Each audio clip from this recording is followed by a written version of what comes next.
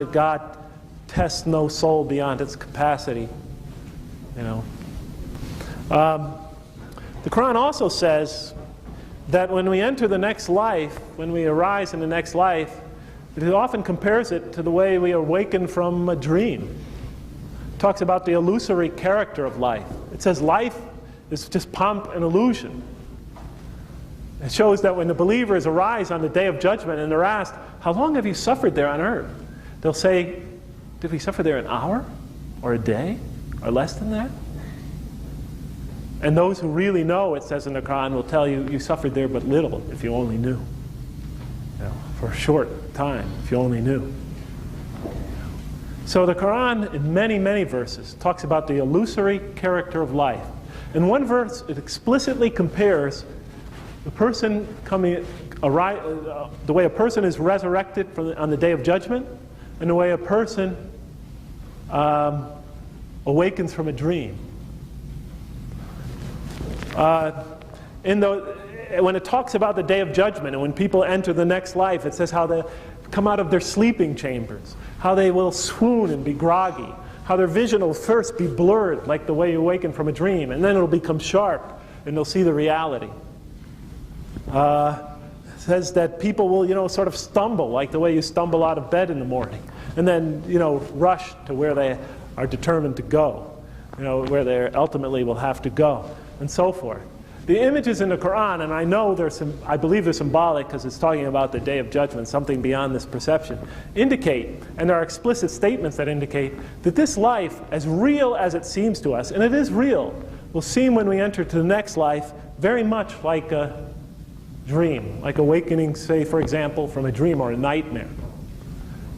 So that all the suffering we went through, all the pain we went through, all the agony we went through will suddenly seem like it's just a distant and vague, harmless memory.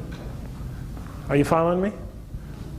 Because, when you're living in a nightmare, when you're having a nightmare at night, and you're living it, and your heart is beating 1,000 beats a minute, and you're suffering through that nightmare, and you're in a panic, and etc., and you awaken from that nightmare, and suddenly you're still nervous, and then you realize you're awake, and you're in the greater reality, and you say to yourself, oh my God, it was only a nightmare, it was only an illusion, it was only a dream. The Quran indicates that when we awaken in the next life, our experience will be very similar. All the pain, all the hardship, all the agony will just seem like it was a brief, momentary illusion. Even though it was very real, even though it shaped what type of creature we enter, what type of being we enter the next life as, all the suffering, all the agony that we went through will be erased. There's a famous saying of the Prophet, peace be upon him, that says that when a believer puts steps into heaven, and he's asked to recall all the suffering that he's gone through on earth, he'll not remember any of it. And when a rejecter of God steps into what faces him in the next life, and is asked to recall all the joys and indulgences and the things he pursued and he enjoyed in this life, he will not be able to recall any of it either. So, in both cases, it'll seem like a distant, vague event.